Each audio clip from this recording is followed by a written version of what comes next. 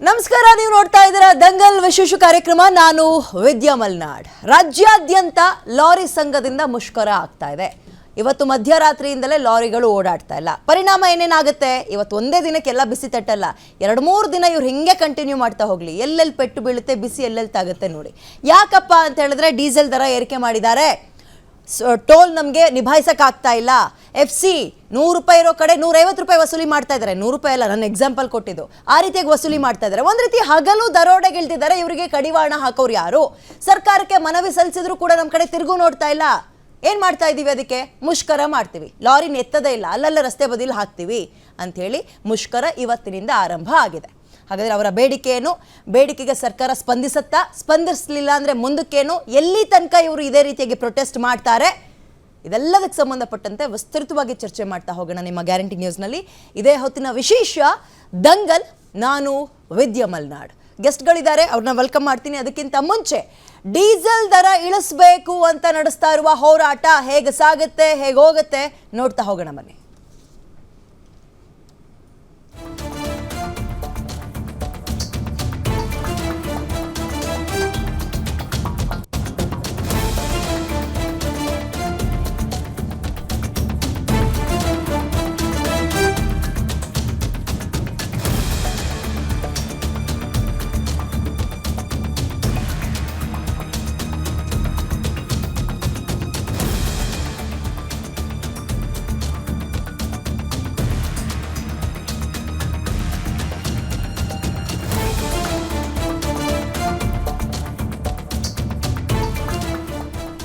Diesel ದರ ಇಳಿಸುವಂತೆ ಅನಿರ್ದಿಷ್ಟಾವಧಿ lorry ಮುಷ್ಕರಕ್ಕೆ ಮುಂದಾಗಿದ್ದಾರೆ. ರಾಜ್ಯಾದ್ಯಂತ ಸುಮಾರು 6 ಲಕ್ಷಕ್ಕೂ ಹೆಚ್ಚು ಲಾರಿಗಳು ಮುಷ್ಕರದಲ್ಲಿ ತೊಡಗಿದ್ದಾವೆ. ಬೆಂಗಳೂರಿನಲ್ಲಿ ಲಾರಿಗಳ ಮೇಲೆ ಸ್ಟಿಕ್ಕರ್ ಅನ್ನ ಅಂಟಿಸಿ ಬಂದ್ಗೆ ಬೆಂಬಲವನ್ನು ವ್ಯಕ್ತಪಡಿಸಲಾಗ್ತಾ ಇದೆ. ಲಾರಿ ಸ್ಟ್ಯಾಂಡ್ಗಳಲ್ಲಿ ಸಾಲು ಸಾಲಾಗಿ ಲಾರಿಗಳು ನಿಂತಿವೆ. ತಮಿಳುನಾಡು, ಆಂಧ್ರ ಪ್ರದೇಶದ ವಾಹನಗಳು ಅಲ್ಲಲ್ಲೇ ಸ್ಟಾಪ್ ಆಗಿದ್ದಾವೆ. ನೆನೆ ಬಂದಿರುವ ತರಕಾರಿ ಲಾರಿಗಳು ಕೂಡ ರಸ್ತೆಯ ಮಧ್ಯದಲ್ಲೇ ನಿಂತಿವೆ. ಇವತ್ತು ವಾಪಸ್ ಆಗಬೇಕಾಗಿದ್ದ ಲಾರಿಗಳು ಹೋಗ್ತಾ ಇಲ್ಲ, ಅಂದರೆ ಮೂವ್ಮೆಂಟೇ ಇಲ್ಲ. ರಾಜ್ಯಾದ್ಯಂತ ಇವತ್ತಿನಿಂದ ಜಲ್ಲಿ ಸಿಗಲ್ಲ, ಮರಳು ಸಿಗಲ್ಲ, ದಿನಬಳಕೆ ವಸ್ತುಗಳು ಕೂಡ ಸಿಗಲ್ಲ. ಈಗ ನೋಡಿ, ಏನೆಲ್ಲ ಸರಬರಾಜು ಆಗ್ತಾ ಇತ್ತು ಎಲ್ಲವೂ ಸ್ಟಾಪ್ ಆಗಿದೆ. ಈ ಹಾಲು ಮೊಸರನ್ನ ಹೊರತುಪಡಿಸಿ, ಅದು ತೀರಾ ಎಸೆನ್ಷಿಯಲಿಗೆ ಬರುತ್ತೆ ಬಿಡಿ, ಅದನ್ನು ಹೊರತುಪಡಿಸಿ ಈ ಅಕ್ಕಿ ಬೇಳೆ ಒಂದು ಸಾಗಾಟ ಆಗ್ತಾ ಇತ್ತಲ್ವಾ, ಆ ಲಾರಿ ಆಗಿರ್ಬೋದು. ಈ ಕನ್ಸ್ಟ್ರಕ್ಷನ್ ಅವರಿಗೆ ದೊಡ್ಡ ಪೆಟ್ಟು ಸಿಗುತ್ತೆ ನೋಡಿ, ಇವತ್ತು ಅಥವಾ ನಾಳೆಯಿಂದಲೇ ಅವರಿಗೆ ದೊಡ್ಡ ಪೆಟ್ಟು ಬೀಳುತ್ತೆ. ಇನ್ನುಳಿದಂತೆ ಈ ದಿನಸಿ, ತರಕಾರಿ, ಹಣ್ಣು ಮತ್ತು ಈ ಪೆಟ್ರೋಲು ಇವೆಲ್ಲವೂ ಸಾಗಾಟ ಅಲ್ಲಲ್ಲೇ ಸ್ಟಾಪ್ ಮಾಡೋದ್ರಿಂದ ಪೆಟ್ಟು ತಾಗತ್ತೆ ಅಂತ ಕಾಣುತ್ತೆ. ಸರ್ಕಾರ ಎಚ್ಚೆತ್ಕೊಳ್ಳುತ್ತಾ ಗೊತ್ತಿಲ್ಲ. ಸರ್ಕಾರಕ್ಕೆ ಮನವಿ ಸಲ್ಲಿಸಿದ್ರು, ಏನಾಯಿತು ಅದು ಮನವಿ? ರೆಸ್ಪಾಂಡ್ ಮಾಡ್ತಾ ಸರ್ಕಾರ?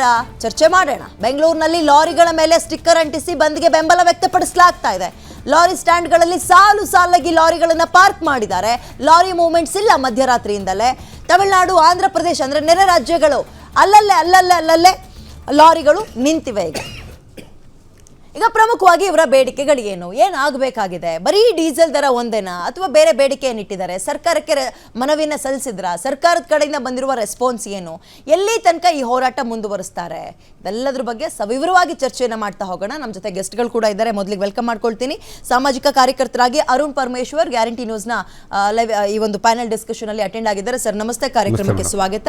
ಅದೇ ರೀತಿಯಾಗಿ ಕರ್ನಾಟಕ ಚಾಲಕರ ಯೂನಿಯನ್ ಸಾರಥಿ ಶಬರಿನಾಥ್, ನಿಮಗೂ ಕೂಡ ಕಾರ್ಯಕ್ರಮಕ್ಕೆ ಸ್ವಾಗತ.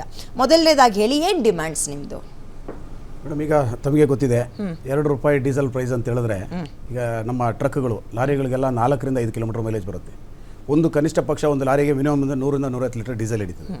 150 ಲೀಟರ್ ಡೀಸೆಲ್ ಹಾಕಿದಾಗ ಇಂಟು 2 ರೂಪೀಸ್ ಎಷ್ಟಾಯಿತು? ಈ ರೀತಿ ಕ್ಯಾಲ್ಕುಲೇಷನ್ ನಾವು ಆಗ್ತಾ ಹೋದಾಗ ದಿನಬಳಕೆ ವಸ್ತುವಿಂದ ಹಿಡಿದು ಇರ್ಬೋದು, ಪ್ರತಿಯೊಂದು ಕೂಡ ದರ ಏರಿಕೆ ಆಗುತ್ತೆ. ಈಗ ನಾವು ಡೀಸೆಲ್, ನಾವು ಟ್ರಾನ್ಸ್ಪೋರ್ಟರ್ಸ್ ದರ ಜಾಸ್ತಿ ಮಾಡ್ತೀವಿ ಅಂದರೆ ನಮಗೆ ಬಾಡಿಗೆ ಅದೇ ಇರುತ್ತೆ. ಬಾಡಿಗೆ ಅಂತೂ ಯಾರು ಜಾಸ್ತಿ ಮಾಡಲ್ಲ. ಸರ್ಕಾರ ನೇರವಾಗಿ 2 ರೂಪಾಯಿ ಜಾಸ್ತಿ ಮಾಡಿರ್ಬೋದು, ಏನು ಟ್ಯಾಕ್ಸ್ ರೂಪದಲ್ಲಿ ಅವರು ಕಮರ್ಷಿಯಲ್ ಟ್ಯಾಕ್ಸನ್ನು ಜಾಸ್ತಿ ಮಾಡಿದರೆ, ಹಾಗಾಗಿ ನಮಗೆ ಡೀಸೆಲ್ ಹೊರೆ 2 ರೂಪಾಯಿ ಜಾಸ್ತಿ ಬಿದ್ದಿದೆ ಇವತ್ತು. ಆದರೆ ಮುಂದಿನ ದಿನಗಳಲ್ಲಿ ರೈತರಿಗೂ ಹೊಡೆತ ಬೀಳುತ್ತೆ. ಸಾಮಾಜಿಕವಾಗಿ ಬಡತನದಲ್ಲಿ ಬದುಕುವಂಥವ್ರು, ಯಾರು ಮನೆ ಕಟ್ಟುವಂಥವ್ರು, ಬಡವರು ಯಾರೋ ಒಂದು ಮನೆ ಕಟ್ಟಬೇಕು ಅಂತಿರೋರಿಗೆ ಇವತ್ತು 5,000 ರೂಪಾಯಿ ಮರಳಿದ್ರೆ ಅದು 10,000 ರೂಪಾಯಿಗೆ ಇರೋದ್ರಲ್ಲಿ ಇನ್ನೊಂದು ಮಾತಿಲ್ಲ. ಅಥವಾ ಜಲ್ಲಿ ಇರ್ಬೋದು, ಸಿಮೆಂಟ್ ಇರ್ಬೋದು, ವಿವಿಧ ಎಲ್ಲ ವಸ್ತುಗಳು ಇದೊಂಥರ ಚೈನ್ ಲಿಂಕ್ ಇದ್ದಂಗೆ. ಒಂದು ಪ್ರೈಸ್ ಜಾಸ್ತಿ ಆಯಿತು ಅಂದರೆ ಅದರಿಂದ ಬರುವಂಥ ಪ್ರತಿಯೊಂದು ವಸ್ತುಗಳ ಬೆಲೆನೂ ಏರಿಕೆ ಆಗ್ತಾ ಹೋಗ್ತದೆ. ಈ ಗ್ಯಾರಂಟಿ ಸರ್ಕಾರ ಬಂದು ಬಡವರು ಬಗ್ಗರಿಗೆ ಅನ್ಯಾಯ ಮಾಡ್ತಿದೆ ಹೊರತು ಯಾವುದೇ ರೀತಿ ಒಳ್ಳೆಯದಂತೂ ಆಗ್ತಿಲ್ಲ. ಕಳೆದ ವರ್ಷ ಜೂನ್ ತಿಂಗಳಲ್ಲೂ ಕೂಡ 3 ರೂಪಾಯಿ ಏರಿಕೆ ಮಾಡಿದ್ರು. ಈ ವರ್ಷ 2025 2 ರೂಪಾಯಿ ಮಾಡಿದ್ದಾರೆ. 7 ತಿಂಗಳಲ್ಲಿ ಹತ್ತತ್ರ 6 ರೂಪಾಯಿಗೆ 10 ಪೈಸೆ ಕಡಿಮೆ ಏನೋ ಆಗಿದೆ ಅಲ್ವಾ? ಒಟ್ಟಾರೆಗೆ 6 ರೂಪಾಯಿ 6 ರೂಪಾಯಿ ಜಾಸ್ತಿ ಆಗಿದೆ. ಇನ್ನೊಂದು 2 ದಿನದಲ್ಲಿ ಹೆಚ್ಚಿಗೆ ಮಾಡಿದ್ರೆ ಅದು 7 ರೂಪಾಯಿ 8 ತಿಂಗಳು ಹೋದ್ರೆ ಹೊಸ ವರ್ಷ ಶುರು ಆಗುತ್ತೆ, ಮತ್ತೆ ಇನ್ನು 3 ರೂಪಾಯಿ 4 ರೂಪಾಯಿ ಜಾಸ್ತಿ. ಪ್ರತಿ ವರ್ಷ ಇವರು ಏರಿಕೆ ಮಾಡ್ತಾನೆ ಹೋಗ್ತಿದ್ದಾರೆ ಹೊರತು ಸಂಬಳ ಅಲ್ಲೇ ಇದೆ, ಬಾಡಿಗೆ ದರ ಅಲ್ಲೇ ಇದೆ, ಟೋಲ್ ದರ ಏರ್ತಾ ಇದೆ. ನೀವು ಯಾವುದೇ ಒಂದು ಕಂಪನಿಗೆ ಒಂದು ಲೋಡ್ ತಗೊಳ್ಳಿ, ರೈತರಿಗೆ ಹೋಗಿ ನಾವು ಏನಂತ ಕೇಳಕ್ಕಾಗಿದೆ? ಈಗ ರೈತರು ಒಂದು ಲೋಡ್ ಈರುಳ್ಳಿಯನ್ನು ಕಳಿಸ್ತಾರೆ ಅನ್ಕೊಳ್ಳಿ, ಇಲ್ಲಿಂದ ರಾಯಚೂರಿಂದ ನಾವು ಬೆಳಗಾವಿಯಿಂದ ಎಲ್ಲ ಒಂದು ಲೋಡ್ ಈರುಳ್ಳಿಯನ್ನು ಕಳಿಸ್ತಾರೆ. ಇವತ್ತು ನಾವು 30,000 ರೂಪಾಯಿ ಬಾಡಿಗೆ ಮಾಡ್ತಿರ್ಬೋದು, ನಾವು 35,000 ರೂಪಾಯಿ ಕೊಡಿ 40,000 ರೂಪಾಯಿ ಕೊಡಿ ಅಂದ್ರೆ ಗಿಟ್ಟಲ್ಲ ರೈತರಿಗೆ, ಅಲ್ಲೇ ಕೊಳ್ತೋಗುತ್ತೆ. ರೈತರ ಜೀವನ ಬೀದಿಗೆ ಬರುವಂಥ ಪರಿಸ್ಥಿತಿ ಇಂಥ ಸರ್ಕಾರ ಮಾಡಿದೆ. ಆ್ಯಕ್ಚುಲಿ ಸಾರ್ ಹೇಳ್ದಂಗೆ ರೈತರ ಮೇಲೆ ಹೊರೆ ಬೀಳೋದು. ಯಾಕೆಂದರೆ ಇವಾಗ ಅದಕ್ಕೆ ರೈತರೇ ಬಾಡಿಗೆ ಲಾರಿ ಮಾಡಿಕೊಂಡು ಲೋಡ್ನ ತಗೊಂಬಂದು ಇಲ್ಲಿ APMC ಇಳಿಸ್ಬೇಕು. ಸೊ ಆಮೇಲೆ ರೈತರಿಗೆ ಅದು ವ್ಯಾಪಾರ ಆಗಿ ಅದು ಲಾಭ ದೊರೆತ ಅದ್ರೊಳಗೆ ಕಟ್ ಮಾಡ್ಕೊಂಡು ಅದು ಇದು ಮಾಡೋದು. ಸೊ ಇದು ರೈತರಿಗೆ ಸಿಕ್ಕಾಪಟ್ಟೆ ಅನ್ಯಾಯ ಆಗ್ತದೆ. ಇನ್ನೊಂದು ಏನು ಅಂದರೆ ತರಕಾರಿ ಇವಾಗ ಏನು ಬಂದು ಕರಿತಾ ಇದ್ದಾರೆ, ಎಲ್ಲ ಬೇರೆ ಬೇರೆ ಮಾಧ್ಯಮಗಳಲ್ಲಿ ತಿಳಿಸ್ತಾ ಇದ್ದಾರೆ, ಬಂದು ಎಫೆಕ್ಟ್ ಇವತ್ತು ಆಗಲ್ಲ, ಇನ್ನೂ ಅದಕ್ಕೆ ಒಂದು 2-3 ದಿವಸ ಬೇಕು. ಇವತ್ತೇ ಆಗೋಗ್ಬಿಡು ಅಂದ್ರೆ ಆಗಲ್ಲ. ಯಾಕೆಂದರೆ ಆಲ್ಮೋಸ್ಟ್ ಆಲು APMCಗಳಲ್ಲಿ ದಿನಸಿ ಒಂದು 2-3 ತಿಂಗಳ ಸಾಕು ಇಟ್ಕೊಂಡಿರ್ತಾರೆ. ಸೊ ಅದು ಹಾಗಾಗಿ ಏನು ತೊಂದರೆ ಆಗಲ್ಲ. ಮೇನ್ ಎಫೆಕ್ಟ್ ಕನ್ಸ್ಟ್ರಕ್ಷನ್, ಮರಳು ಜಲ್ಲಿ ಅವ್ರಿಗಂತೂ ಇಮಿಡಿಯೇಟ್ ಎಫೆಕ್ಟ್ ಆಗುತ್ತೆ. ಯಾಕೆಂದರೆ ಅವರು ಅವತ್ತೊಂದು ತಂದು ಸುರ್ಕೊಂಡು ಮಾಡಬೇಕು, ಕೆಲಸ ಮಾಡಬೇಕು. ಹಾಗಾಗಿ ಅವ್ರಿಗೆ ತುಂಬ ಎಫೆಕ್ಟ್ ಬೀಳ್ತದೆ. ಆಮೇಲೆ ತರಕಾರಿಗೆ ಇವತ್ತಿಂದ ಎಫೆಕ್ಟ್ ಬೀಳುತ್ತೆ. ಯಾಕೆಂದರೆ ತರಕಾರಿ ಬಹುತೇಕ ತರಕಾರಿ ಕೋಲಾರ, ಮುಳಿಬಾಗ್ಲು ಮತ್ತು ಆ ಭಾಗದಲ್ಲಿ ಬರೋದು, ಆಮೇಲೆ ತಮಿಳ್ನಾಡು ಕಡೆಯಿಂದ ಜಾಸ್ತಿ ಬರ್ತದೆ ತರಕಾರಿ ಬರೋದ್ರಿಂದ ತರಕಾರಿಗೆ ಹೊಡೆತ ಬೀಳುತ್ತೆ. ತರಕಾರಿ ರೇಟ್ ಆಟೋಮೆಟಿಕ್ಕಾಗಿ ಏಕಾಗುತ್ತೆ. ಇದು ಸರ್ಕಾರಕ್ಕೆ ನೇರ ಹೊಣೆ ಆಗುತ್ತೆ. ಬಡವರ ಮೇಲೆ ಹೊಟ್ಟೆ ಮೇಲೆ ಹೊಡೆಯುತ್ತಾ ಇರ್ತಕ್ಕಂಥದ್ದು ಮತ್ತೊಮ್ಮೆ ಸರ್ಕಾರ ಸಾಬೀತಾಗಿದೆ. ಇದು ಸರ್ಕಾರ ನೇರ ಹೊಣೆ. ಆಮೇಲೆ ಷಣ್ಮುಗಪ್ಪನವ್ರು ಏನು ಧ್ವನಿ ಎತ್ತಿದ್ದಾರೆ ಇವತ್ತು, ಅದು ತುಂಬ ಒಳ್ಳೆ ಕಾನ್ಸೆಪ್ಟು. ಬಟ್ ಆದರೆ ಇಷ್ಟು ದಿನ ಗಡುವು ಕೊಟ್ಟರು, ಇವರು ಜಾಣ ನಿದ್ದೆಯಲ್ಲಿ ಇದ್ಬಿಟ್ಟು ನಿದ್ದೆ ಮಾಡಿಬಿಟ್ಟು ಇವಾಗ ನಾವು ಅವ್ರು ಸ್ಟ್ರೈಕ್ ಮಾಡ್ತೀವಿ ಅಂದಾಗ ಇವ್ರು ನೋಡಿ ಇವ್ರು ಹಿಂಗೆ ಮಾಡೋದು. ಇವಾಗ 2 ದಿನ ಸ್ಟ್ರೈಕ್ ಮಾಡಲಿ, 3 ದಿನ ಕರೆದು ಮಾತುಕತೆ ಮಾಡ್ತೀವಿ ಅಂತಾರೆ, ಮತ್ತೆ ಸರೋಗುತ್ತೆ. ಅದು ಮೊದಲೇ ಮಾಡಿಬಿಟ್ರೆ ಇದನ್ನ ಮುಷ್ಕರನೇ ಇರಲ್ಲ. ಯಾಕೆ ಜನಸಾಮಾನ್ಯರಿಗೆ ತೊಂದರೆ ಇದು? ಇವಾಗ ಪಾಪ ಲಾರಿ ಇವ್ರದ್ದು ಬೇಡಿಕೆ ಕರೆಕ್ಟ್ ಆಗಿದೆ, ಲಾರಿ ಸಮಸ್ಯೆ ಆಗ್ತದೆ, FC ರೇಟ್ ಜಾಸ್ತಿ ಮಾಡಿದ್ದಾರೆ. ಆಮೇಲೆ ಇದು ಏನು RTOಗಳಲ್ಲಿ ಹಗಲು ದೊರಾಡೆ, ಒಂದೊಂದು ಡಿಸ್ಟ್ರಿಕ್ಗೆ ಒಂದು RTO ಲಿಮಿಟ್ಸ್ ಅಂತ ಇರುತ್ತೆ. ನೋಡಿ ತುಮಕೂರು ಒಂದು ಡಿಸ್ಟ್ರಿಕ್ಟ್. ಇದನ್ನು ಕೇಳ್ತೀನಿ, ಡೀಸೆಲ್ ಹೊರತುಪಡಿಸಿ ಇನ್ನೆಲ್ಲ ಬೇಡಿಕೆ ಏನಿದೆ ಅಂತ. ಬಟ್ ನನ್ನ ಪ್ರಶ್ನೆ ಇವಾಗ ಪ್ರತಿಭಟನೆ ಮತ್ತು ಮುಷ್ಕರ ಅಂತ ಏನು ಮಾಡ್ತಾ ಇದ್ದೀರಿ, ಎಷ್ಟು ಸಂಘಟನೆಯವರು ನಿಮಗೆ ಬೆಂಬಲ ಕೊಟ್ಟಿದ್ದಾರೆ? ಲಾರಿ ಅಂತಾನೆ ತಗೊಳ್ಳೋಣ, ಎಲ್ಲರೂ ಕೂಡ ಒಗ್ಗಟ್ಟಾಗಿದ್ದೀರಾ? ನೀವು ಖಂಡಿತ ಮೇಡಮ್ ಒಗ್ಗಟ್ಟಾಗಿದ್ದೀರಾ? ಲಾರಿಗಳು ಎಲ್ಲೂ ಓಡಾಡ್ತಾ ಇಲ್ವಾ? ಯಾವುದೋ ಬೆರಳೆಣಿಕೆ ಎಷ್ಟಿದೆ ಮೇಡಮ್. ಯಾಕೆ ಆ ಬೆರಳೆಣಿಕೆ ಎಷ್ಟು? ಅದೇ ನೋಡೋಣ ಒಂದಕ್ಕೆ ಇನ್ನೂ ಜೋರಾಗಿ ಆಗುತ್ತಾ ಇಲ್ವೋ ಅನ್ನೋದು. ಯಾಕೆಂದ್ರೆ ಅವತ್ತು ದುಡ್ದು ಬದುಕೊಂತಾರೆ ಮೇಡಮ್. ಈಗ ಟ್ರಕ್ ಮಾಡಿರ್ತಾರೆ, ಅವ್ರಿಗೆ ಲೋನ್ ಫೆಸಿಲಿಟಿ ಇರುತ್ತೆ, ಅಥವಾ ಮನೆ ಕಮಿಟ್ಮೆಂಟ್ ಇರುತ್ತೆ, ಇನ್ನೂ ಈ ಥರ 100 ಇರ್ತವೆ ಅವ್ರ ಸಮಸ್ಯೆಗಳು. ಎಲ್ಲವನ್ನೂ ನಾವು ಒಂದೇ ಸರಿ ನಿಲ್ಲಿಸು ಅಂತ ಹೇಳೋಕ್ಕಾಗಲ್ಲ. ಯಾಕೆಂದರೆ ಅವ್ರ ಭವಿಷ್ಯನ ನಾವು ತುಂಬಲಿಕ್ಕೆ ಸಾಧ್ಯ ಇಲ್ಲ. ಬಟ್ ಅವ್ರಿಗೆ ಮುಂದಕ್ಕೆ ಜೀವನ ಯಾವ ರೀತಿ ರೂಪಿಸ್ಕೊಳ್ಬೇಕು ಅದಕ್ಕೆ ಆದಂಥ ಅಡೆತಡೆಗಳನ್ನ ಸರ್ಕಾರದ ಈ ಪ್ರಶ್ನೆ ಎತ್ತದೆ ಅಂದ್ರೆ, ಮೊನ್ನೆ ತಾನೇ ಕರ್ನಾಟಕ ಬಂದ್ ಮಾಡಿದ್ವಿ, ಅಟ್ಟರ್ ಫ್ಲಾಪ್ ಆಯ್ತು. ಕಾರಣ ಏನು ಅಂದ್ರೆ ಅವರಲ್ಲಿ ಒಗ್ಗಟ್ಟಿರ್ಲಿಲ್ಲ.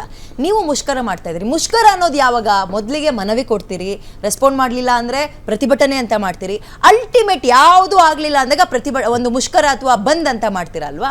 ಅದಕ್ಕೆ ಕೇಳಿದೆ, ನಿಮ್ಮಲ್ಲೆಲ್ಲರೂ ಕೂಡ ಒಗ್ಗಟ್ಟಾಗಿದ್ದಾರ? ಖಂಡಿತವಾಗಿ ಎಲ್ಲರೂ ಒಗ್ಗಟ್ಟಾಗಿದ್ದಾರೆ ಮೇಡಮ್. ಅದೇ ಹೇಳಿದ್ನಲ್ಲ, ಇದು ನಮ್ಮ ಬದುಕು ಟ್ರಾನ್ಸ್ಪೋರ್ಟರ್ಸ್ ಜೀವನ ಹೆಂಗೆ ಅಂತ ಹೇಳಿದ್ರೆ, ಅದು ಆಟೋ ಇರಲಿ, ಟ್ಯಾಕ್ಸಿ ಇರಲಿ, ಬಸ್ಸು, ಎಲ್ಲ ರೀತಿಯಲ್ಲ ಏನು ನಾವು ಟ್ರಾನ್ಸ್ಪೋರ್ಟರ್ಸ್ ಇದ್ದೀವಿ, ನಮ್ದೆಲ್ಲ ಅವತ್ತಿನ ದುಡಿಮೆ ಮೇಲೆ ನಿಂತಿರುವಂಥ ಜೀವನ ನಮ್ಮದು. ಇವತ್ತೊಂದು ದಿನ ಒಬ್ಬ ಆಟೋ ಡ್ರೈವರ್ ಜೀವನ ದುಡಿಲಿಲ್ಲ ಅಂದರೆ ಅವ್ನ ಜೀವನ ನಿಂತಂಗೆ. ಆ 2,000 ರೂಪಾಯಿಗೆ ಅವನು ಮತ್ತೆ ರಸ್ತೆಯಲ್ಲಿ ಕನಿಷ್ಠ ಪಕ್ಷ 16 ರಿಂದ 18 ಅವರು ದುಡಿಯುವಂಥ ಪರಿಸ್ಥಿತಿ. ಅದೇ ರೀತಿ ಟ್ರಕ್ ಓನರ್ಗಳು, ಟ್ರಕ್ ಲಾರಿಗಳಿರ್ಬೋದು, ಮಿನಿ ಲಾರಿಗಳಿರ್ಬೋದು, ಎಲ್ರಿಗೂ ಅದೇ ಥರ ಸಮಸ್ಯೆಗಳಾಗುತ್ತೆ. ಹಾಗಾಗಿ ದಿನ ಕಳೆದ ನೀವು ನೋಡಿರ್ಬೋದು, ಸೆಪ್ಟೆಂಬರ್ 23ರಲ್ಲಿ ನಾವು ಒಂದು ಬಂಧನ ಮಾಡಿದ್ವಿ, ಎಲ್ಲಾ ಸಂಘಟನೆಗಳು ಸೇರಿ. ಎಷ್ಟು ದೊಡ್ಡ ಮಟ್ಟದ ಯಶಸ್ವಿ ಆಯಿತು ತಮಗೆ ಗೊತ್ತಿದೆ, ತಾವು ಎಲ್ಲ ನ್ಯೂಸ್ ಮಾಡಿದ್ರಿ ಅವತ್ತು. ಏನು ಸೆಪ್ಟೆಂಬರ್ 11ರ ಬಂದು ಯಶಸ್ವಿಯಾಗಿ ರಾಜ್ಯ ಸರ್ಕಾರಕ್ಕೆ ಒಂದು ದೊಡ್ಡ ಮಟ್ಟದಲ್ಲಿ ಚಾಟಿ ಏಟನ್ನು ನಾವು ಕೊಟ್ಟಿದ್ದೀವಿ. ಅದೇ ರೀತಿ ಮುಂದಿನ ದಿನಗಳಲ್ಲಿ ಇನ್ನೂ ದೊಡ್ಡ ಮಟ್ಟದಲ್ಲಿ ಆಗುತ್ತೆ. ಯಾಕಂದರೆ ಇವತ್ತು ನಾನು ಹೇಳಿದ್ನಲ್ಲ, ಇವತ್ತು ಬರೀ ನೀವು ನಾವು ಲಾರಿ, ಟ್ರಕ್ಕು, ಬಸ್ಸು ಮಾತ್ರ ನೋಡೋಕೋಬೇಡಿ, ಪ್ರೈವೇಟ್ ಬಸ್ನವ್ರಿಗೂ ಭಾಳ ಹೊಡ್ತಾ ಬೀಳ್ತಾ ಇದೆ. ನನ್ನ ಪ್ರಶ್ನೆ ಇದೆ, ಈಗ ಲಾರಿ ಮುಷ್ಕರ ಅಂತ ನಡೆದ್ರೆ ನೀವು ಮಾಡ್ತಾ ಇರೋದು ಪ್ರಮುಖವಾದ ರೀಸನ್ ಕೊಟ್ಟಿರೋದು ಡೀಸೆಲ್ ಪೆಟ್ರೋಲ್ ದರ ಜಾಸ್ತಿ ಆಗಿದೆ ಅಂತ. ಉಳಿದಂಥವ್ರನ್ನ ಯಾಕೆ ನೀವು ಹೋಗಿ ಮನವಿ ಮಾಡ್ಕೊಳ್ಳಿಲ್ವಾ? ಬನ್ನಿ ಬಂದ್ಗೆ ಪ್ರತಿಭಟನೆ ಮಾಡೋಣ, ಮುಷ್ಕರ ಮಾಡೋಣ, ಸರ್ಕಾರಕ್ಕೆ ಬಿಸಿ ಮುಟ್ಸೋಣ ಅಂತ ನೀವು ಯಾರು ಕೂಡ ಹೋಗಿ ಕನ್ವಿನ್ಸ್ ಎಲ್ಲರಿಗೂ ಮಾತಾಡಿದ್ವಿ ಮೇಡಮ್. ಯಾಕೆ ಬರಲಿಲ್ಲ? ಸರ್ಕಾರ ಡೀಸೆಲ್ ಬರೀ ಲಾರಿಯವ್ರು ಮಾತ್ರ ಬಳಸಲ್ಲ ಅಲ್ವಾ? ಕಾರ್ನವ್ರು ಬಳಸ್ತಾರೆ, ಅಂದ್ರೆ ಪ್ರೈವೇಟ್ ವೆಹಿಕಲ್ ಇಟ್ಕೊಂಡಿರೋರು ಬಳಸ್ತಾರೆ, ಕ್ಯಾಬ್ನವ್ರು ಬಳಸ್ತಾರೆ, ಆಟೋದವ್ರು ಬಳಸ್ತಾರೆ, ಎಲ್ಲರೂ ಕೂಡ ಬಳಸ್ತಾರೆ. ಯಾಕೆ ನೀವು ಯಾರನ್ನ ಹೋಗಿ ಕನ್ವಿನ್ಸ್ ಮಾಡಲಿಲ್ವಾ? ಮೇಡಮ್ ಕನ್ವಿನ್ಸ್ ಮಾಡಿದ್ವಿ. ನನ್ನದೇ ಹೇಳಿದ್ನಲ್ಲ, ಈಗ ಕಮಿಟ್ಮೆಂಟ್ ಪ್ರತಿಯೊಬ್ಬರದ್ದು ಅವ್ರದೇ ಆದಂಥ ಜೀವನ ಇದೆ. ಈಗ ನೋಡಿ, ಏರ್ಪೋರ್ಟ್ಗೆ ಯಾವುದೋ ಒಂದು ಕಸ್ಟಮರ್ನ ಬುಕ್ ಮಾಡ್ಕೊ, ಅವ್ರು ಇವಾಗ ನಿಲ್ಲಿಸು ಅಂತ ಹೇಳಿದ್ರೆ ಸಡನ್ ನಿಲ್ಸಿ. ಯಾಕಂದ್ರೆ ಅವ್ನು ಜೀವನ ನಿಂತಿದೆ. ಇವತ್ತೊಂದು 3,000 ರೂಪಾಯಿ ದುಡಿಮೆ ಇರುತ್ತೆ ಅವ್ನಿಗೆ. ಏರ್ಪೋರ್ಟ್ ಹೋಗಿ ಬಂದರೆ ಒಂದು 3,000 ರೂಪಾಯಿ ಸಿಗುತ್ತೆ ಒಬ್ಬ ಟ್ಯಾಕ್ಸಿ ಡ್ರೈವರ್ಗೆ. ಅವ್ನು ಹೋಗಲಿಲ್ಲ ಅಂದರೆ ಆ ಕಸ್ಟಮರ್ ಓಲಾನೋ, ಊಬರೋ ಮತ್ತು ಯಾವುದೋ ಇನ್ನೊಂದು ಸಂಸ್ಥೆಗೆ ಟೈಪ್. ಮತ್ತೆ ನಿಮ್ಮಲ್ಲಿ ಒಗ್ಗಟ್ಟಿಲ್ಲ ಅಂದ್ರೆ ಸರ್ಕಾರಕ್ಕೆ ಬಿಸಿ ಮುಟ್ಟಲ್ಲ. ಅವ್ರೇನಂತಾರ, ಇವತ್ತು ಇವ್ರು ಮಾಡಿದಾರೆ, ನಾಳೆ ಇನ್ನೊಬ್ರು ಮಾಡ್ತಾರೆ, ಅಲ್ಲಿಗೆ ಅವರೇ ಕಿತಾಪತಿ ಮಾಡಿ ಸ್ಟಾಪ್ ಮಾಡಿಸ್ತಾರೆ, ಇವ್ರಿಗೆ ಎತ್ತಲಿಕ್ಕೆ ಅವ್ರಿಗೆ ಎತ್ತಲಿಕ್ಕೆ ಬೇಕಾದ್ರೆ ಸ್ಟಾಪ್ ಮಾಡಿಸ್ತಾರೆ, ಅಂತ ಕೆಲಸನ ಮಾಡ್ತಾರೆ ಸರ್ಕಾರದವರು. ಮೇಡಮ್, ಭ್ರಷ್ಟ ಅಧಿಕಾರಿಗಳು ವಿಂಗಡಣೆ ಮಾಡ್ಬಿಟ್ಟಿದ್ದಾರೆ ನಮ್ಮನ್ನ.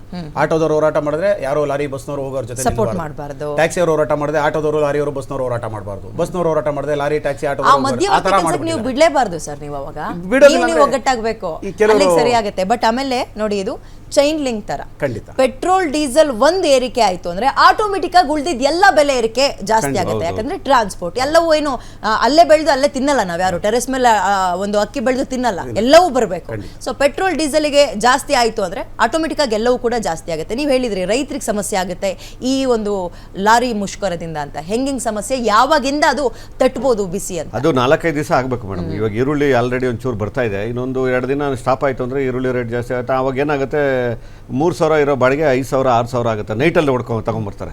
ಅವಾಗ ಕಳ್ತಂದ ಇದು ಲಾರಿ ಇದ್ರ ನೈಟಲ್ಲಿ ಬಂದು ಇಳಿಸ್ಬಿಟ್ಟು ಹೋಗ್ಬೇಕಾಗ್ತದೆ. ಆವಾಗ ಆಟೋಮೆಟಿಕ್ ಆಗಿ ಜಾಸ್ತಿ ಆಗುತ್ತೆ ಹೊರೆ ರೈತರ ಮೇಲೆ. ರೈತ ಆಲ್ರೆಡಿ ಸತ್ತೋಗಿದ್ದಾನೆ.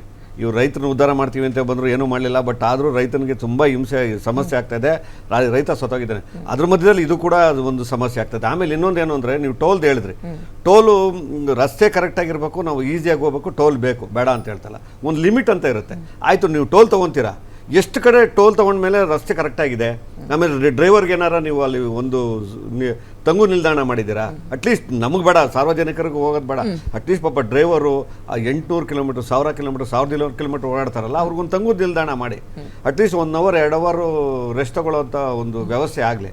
ನೀವು ಅದನ್ನು ಮಾಡೋದು ಬಿಟ್ಬಿಟ್ಟು ಬರೀ ಟೋಲ್ ದರ ಏರಿಸ್ಕೊಂಡು, ಮೇಡಮ್ ಇವತ್ತು ಮೊದಲು ಲಾರಿ ನಾವು ಚಿಕ್ಕ ವಯಸ್ಸಲ್ಲಿದ್ದಾಗ ಲಾರಿ ಟೋಲ್ ಶ್ರೀಮಂತ ಅನ್ಕೋತಾ ಇದ್ವಿ, ಲಾರಿ ಟೋರಪ್ಪ ಅವರು ಅಂತ ಇದ್ವಿ. ಪಾಪ ಇವತ್ತಿನ ಪರಿಸ್ಥಿತಿ, ಲಾರಿ ಮಾಲೀಕನ ಪರಿಸ್ಥಿತಿ ಹೇಳಕ್ಕಾಗಲ್ಲ. ಆಪರೇಟರ್ನ ಇಡಬೇಕು ಅಂದ್ರೆ ಡ್ರೈವರ್ನ ಇಡಬೇಕು, ಮೇಂಟೆನೆನ್ಸ್ ನೋಡಬೇಕು, ಡೀಸೆಲ್ ಪೆಟ್ರೋಲ್, ಆಮೇಲೆ ಇದು ಮೆಕ್ಯಾನಿಸಮ್, ಸ್ಪೇರ್ ಪಾರ್ಟ್ಸ್ ಅಂತ ಕೇಳಲೇಬೇಡಿ. ಸ್ಪೇರ್ ಪಾರ್ಟ್ಸ್ ಅಂತ ಗಗನಕ್ಕೇರಿದೆ. ಅದ್ರ ಜೊತೆಗೆ FC ರಿನ್ಯೂವಲ್ ಅಂತ, ಅದೇ ಇದು ನಾನು ನಿಮ್ಮ ವಾಹಿನಿ ಮುಖಾಂತರ ರಾಮಲಿಂಗ ರೆಡ್ಡಿ ಸಾಹೇಬ್ರಿಗೆ ಒಂದು ಮಾತು ಹೇಳ್ತೀನಿ. ರಾಮಲಿಂಗ ರೆಡ್ಡಿ ಸಾಹೇಬ್ರ, ದಯವಿಟ್ಟು ನಿಮ್ಗೆ ಒಳ್ಳೆ ಹೆಸರಿದೆ, ತುಂಬ ಒಳ್ಳೆ ವ್ಯಕ್ತಿತ್ವ ಇದೆ.